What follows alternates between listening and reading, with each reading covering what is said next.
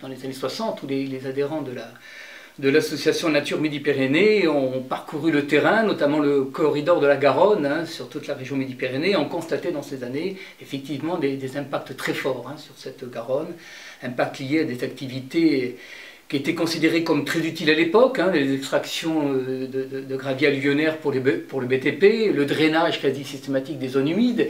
Ce n'étaient pas des zones à biodiversité, c'était plutôt des zones à moustiques à l'époque, donc il fallait assainir, comme on disait. Je dirais l'association a commencé à interpeller les pouvoirs publics, à interpeller les acteurs locaux.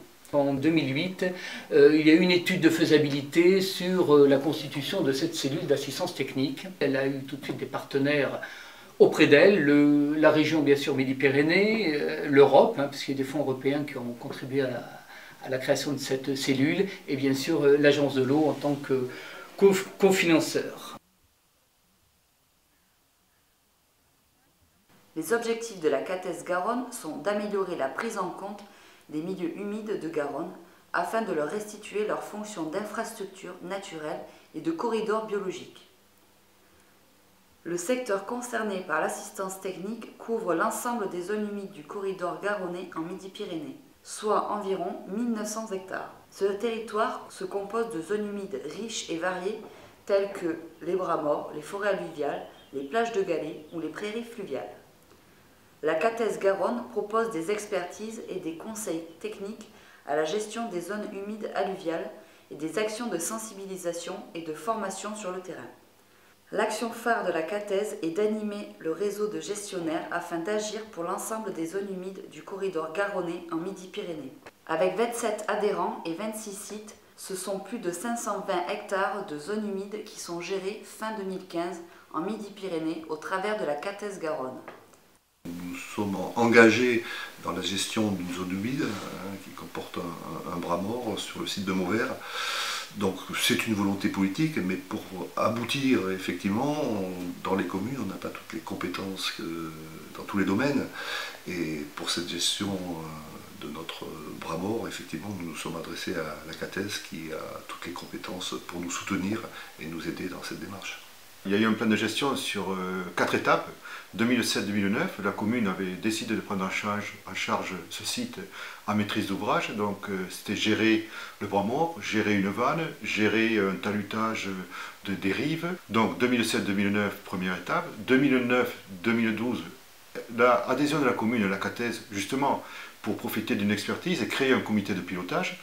Ce comité de pilotage a rassemblé beaucoup d'instituts, d'organismes, le conseil régional, le conseil départemental, l'agence de l'eau, la CATES bien sûr, la fédération de pêche, et ont été programmés un plan de gestion.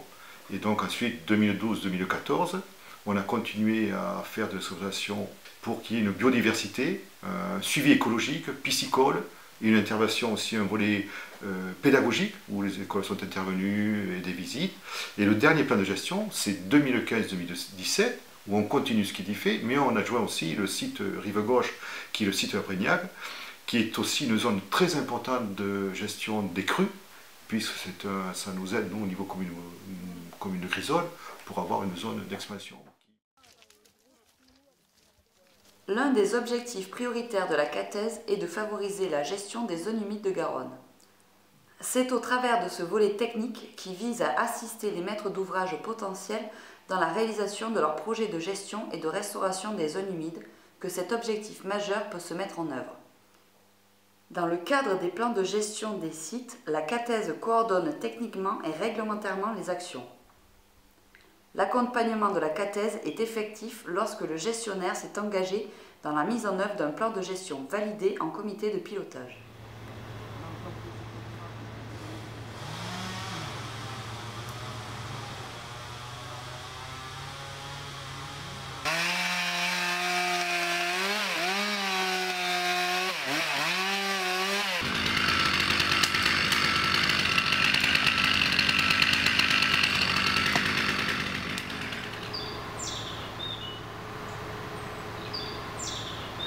Tous en tête toute cette réforme des collectivités territoriales avec la loi NOTRe, la loi MAPTAM, la mise en place de cette compétence GEMAPI, la création de nouveaux EPCI. Je pense que la CATES Garonne a un rôle à jouer, un rôle de conseil auprès de ces nouveaux EPCI, au moins sur 2 thèmes. sur un thème qu'elle a déjà pratiqué, mais qu'il faut rappeler, puisqu'il va y avoir de nouveaux périmètres, de nouvelles structures, c'est zones humides et urbanisme. Donc essayer de faire en sorte que les documents d'urbanisme, les documents de planification intègrent bien ces milieux humides et tentent à les protéger. Et certainement un autre conseil, pour certains EPCI, lorsqu'il y a un syndicat de bassin versant qui est compétent, qui est en place, c'est très bon d'inciter ces EPCI à transférer cette compétence GEMAPI pour que la gestion des milieux aquatiques se fasse à la bonne échelle, à l'échelle du bassin versant. Dans ce rôle-là, la KTZH peut être un allié objectif et de l'État et de l'Agence de l'eau. On a déjà travaillé avec l'association Nature Midi-Pyrénées, mais depuis la création de la CATES, ces relations se sont encore améliorées. La CATES prend en compte de façon très satisfaisante les milieux aquatiques. Et puis surtout, il y a une vision qui est beaucoup plus sur un territoire plus important, donc puisqu'elle travaille essentiellement sur la Haute-Garonne et le Tarn-et-Garonne. Il y a une complémentarité entre nos compétences et les actions que nous avons effectuées. Donc on espère que cette complémentarité va se poursuivre, notamment dans le cadre de l'évolution de notre établissement en Agence française de la biodiversité.